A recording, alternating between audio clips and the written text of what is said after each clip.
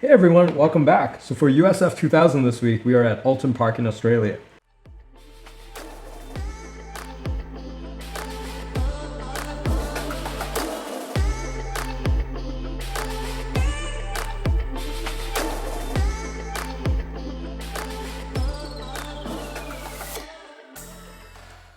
This track, I think, is one of those tracks that's easy to learn, difficult to master.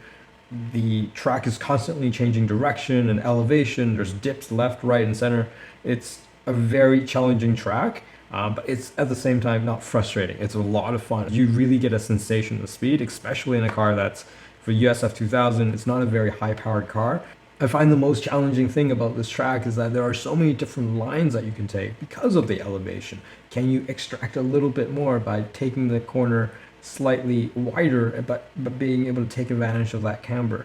And because this track is so challenging, I haven't been able to find the same consistency that I've been able to get at other tracks. So my optimal time is actually 125.9, but my fastest time I think is 127 flat. So I'm basically 1.1 seconds off my optimal time. I'm getting all the fast speed in different sections, but I just find it difficult to put it all together. And that's after 40, 50 laps of practice. So let me show you around the lap and I will let it play as normal. This is the 127 flat. So first corner is a sweeper to the right. You have a big runoff area to the left, but you will get an off track if you want to use it. And then slight right, and then this dipping left sweeper that's super wide. And this is where you can lose a lot of time if you don't get it right. And I'm still trying to find what is the best way to take that corner, honestly. And then after the straight left, there is a very quick dipping banked right-hander. You'll see that the banking really helps you turn, and I've noticed that sometimes the best way is not to take really so-called racing line because of that banking. And then right after that you have this really long straight and then a very quick right. This one is taken at over 100 miles an hour. And then you have the sweeping left, and you have to cut immediately back to the left to get this double apex right. And in this instance, as you can tell, I didn't get it right.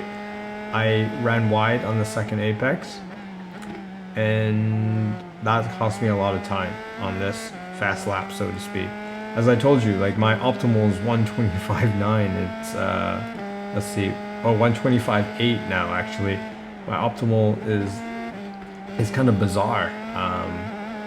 So I'm losing speed absolutely everywhere, but as you can tell, my last lap is 127.0, but I ran off there, so I managed to invalidate this lap. So let's go back to the start and walk you through some of those details. So with the first corner, I actually brake where the road starts curving ever so slightly to the left. That's sort of where I see my braking point.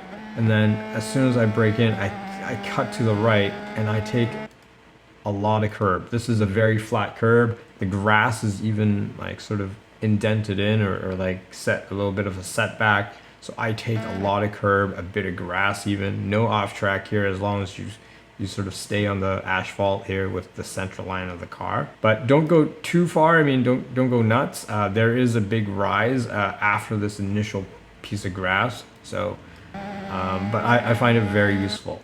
And then in here, if you do run wide, it won't kill you. I see this as a corner where I can take a lot of risk because if I run wide, there is this little sort of brick section here, not unlike the Brands Hatch track.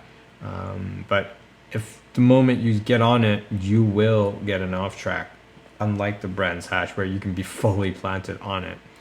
So we keep going, and we have this right-hander. This right-hander is not really consequential, but it does set you up for the next corner. So what you want to do is lean on the right and stay on the right-hand side and not compromise your next corner. So stay on the right, and as soon as there is this dip, I don't know if you can see this dip, there is this dip. There you go. You see that little subtle dip? that is where I start braking. And let me play from the cockpit view here. You see that little dip, and that's where I start braking. And as soon as I start braking, I turn in, let the nose tuck in, and by about midway, I would say close to this green edge here, rolling on the gas. I usually do it when my nose is sort of pointed towards the left cone. That's when sort of intuitively I know, okay, the car is going to make the corner. This one I find to be one of the higher risk corners. I do take a little bit conservative, but you do lose a lot of time if you don't get it right. I have been experimenting as well and trying to take a wider line, and that seems to be just as fast. I haven't been able to gain too much time by doing that, but that is a good line to take if, say, you're trying to overtake somebody. I mean, anyway, this curb, again, very generous curb, very flat. You can use it and gas all the way out. As soon as you get to this little junction, at the end, I start turning in, and this should be flat, and you should pin your throttle all the way down, keep going, and you want to stay on the left. And you see this little bit of chalk or whatever this is. I'm guessing some sort of chalk to pick up some oil. I don't know why it's permanently there on the track. Maybe they found it when iRacing happened to be scanning the track and they just put it there. But it is actually a really good spot for your braking point. So as soon as I see that, that's where I slam on the brakes, and I, in this case, lock up a little bit. But I was actually braking to the point where the wheels just started to lock up a little bit, but it's still rotating. So I think I'm getting a bit of a slip angle where it is helping me slow down, but definitely not the smoothest sort of corner entry in this case. But as soon as I brake in, you want to close in on the right, because there is this banking here, and there's a lot of banking, and on the inside is where you want to be, because it really helps you turn and make that corner. And then as soon as you feel confident that you've made that turn, and I generally avoid the inner curb, because it's really easy to damage your wing onto the grass. It's quite high, especially with the banking. You'll actually get right onto it. So I usually don't run this wide, but I'll show you another lap where I do a little bit better. I lean back onto the left, look for that little white paint mark here, and I brake as hard as I can. And I lock up the front a tad bit. Again, like, it's not the best thing to do, but as I rotate in, I lift off the brakes and just let the car turn. And as the car turns, you will sort of recognize that the banking really helps. And sometimes I would actually stab a little bit of the gas to help the car rotate. And as soon as I sort of see that little station here, that sort of Marshall station, that's when I start hitting the gas and start throttling out. I sort of look for that as an indicator, hey, you know, the turn's ending, and I stay all the way to the right and try to run as straight of a line as possible. But yeah, so we keep going. There's no chicane here, so ignore that sign, and then keep going. This is a really tricky corner, and I find that over time with practice you'll get it right. But I see this little dip in here with the sand, as well as like sort of a gap in the red and white curb. That's sort of my braking point.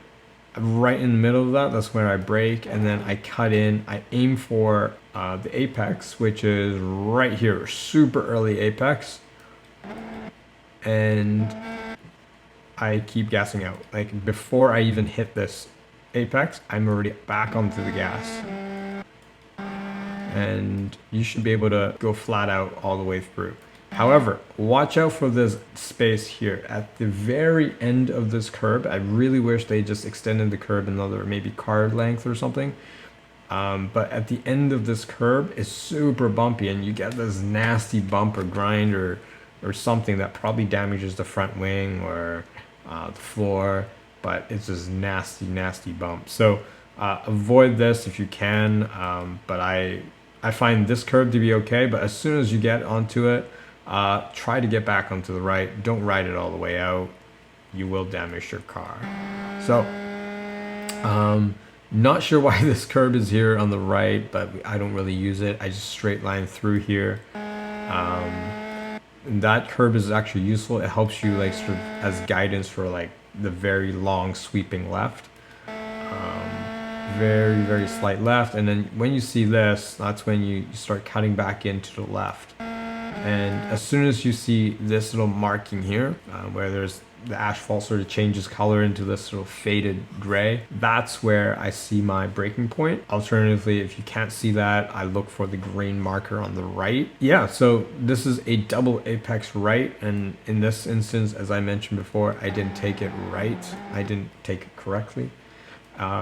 So I went wide a little bit and onto the grass. It's not going to kill you, but it's definitely not the best or fastest line. So what you want to do is actually take it as a double apex.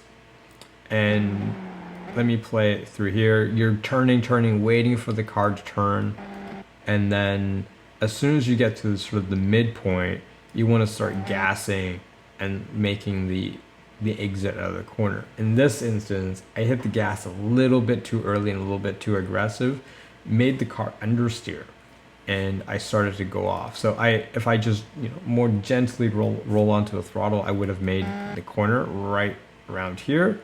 That would have not went onto the grass. So let me show you how it's done. So we are now at the double apex corner, and this is where I actually take it properly. You can sort of see my inputs here. I'm going to run it pretty slow here. I'm going to go slow motion. As soon as I see the discoloration on the track, I brake, let the car rotate. I'm actually starting to slide a little bit, and I'm going to let the car slide. It's understeering a tad, and then as soon as it catches and my nose is aiming for that corner, I'm hitting the gas to exit out. I find that as soon as you hit the gas, the car understeers a little bit, and then it catches and then makes the turn. So it's sort of like as you're turning, it would understeer a little bit and tuck the nose back in. So if you want to get on the gas early and just be really committed, you can. And wait for the car to understeer and tuck back in. But if you are way too early, you will understeer and just go right off the track, like what I did in the other lap. Anyway, so back to here. Let's keep going. Next corner. Similar to the last one, I look for a little bit of discoloration on the asphalt here as my braking point. Right after it starts, I hit the brakes really, really hard. I get the car all the way slowed down to, I think, gear 2. And I turn in super early because of this sort of crest. I find that I lose my turning ability because the wheels sort of fall off, and I lose grip on the front end, and I run wide. So I run wide a little bit. I try not to go on all the way over there. I don't know if that's the fastest line. I've tried a few different lines, but it's so easy to go off here. So I actually take it a little bit conservative and just straight line through here. And there you go. That's one lap. For this track, I find it, as I say, a very challenging track, but also so much fun to get right. And I find that you're always doing something. I hope you found this useful. Let me know in the comments below how you do in the track. See you later.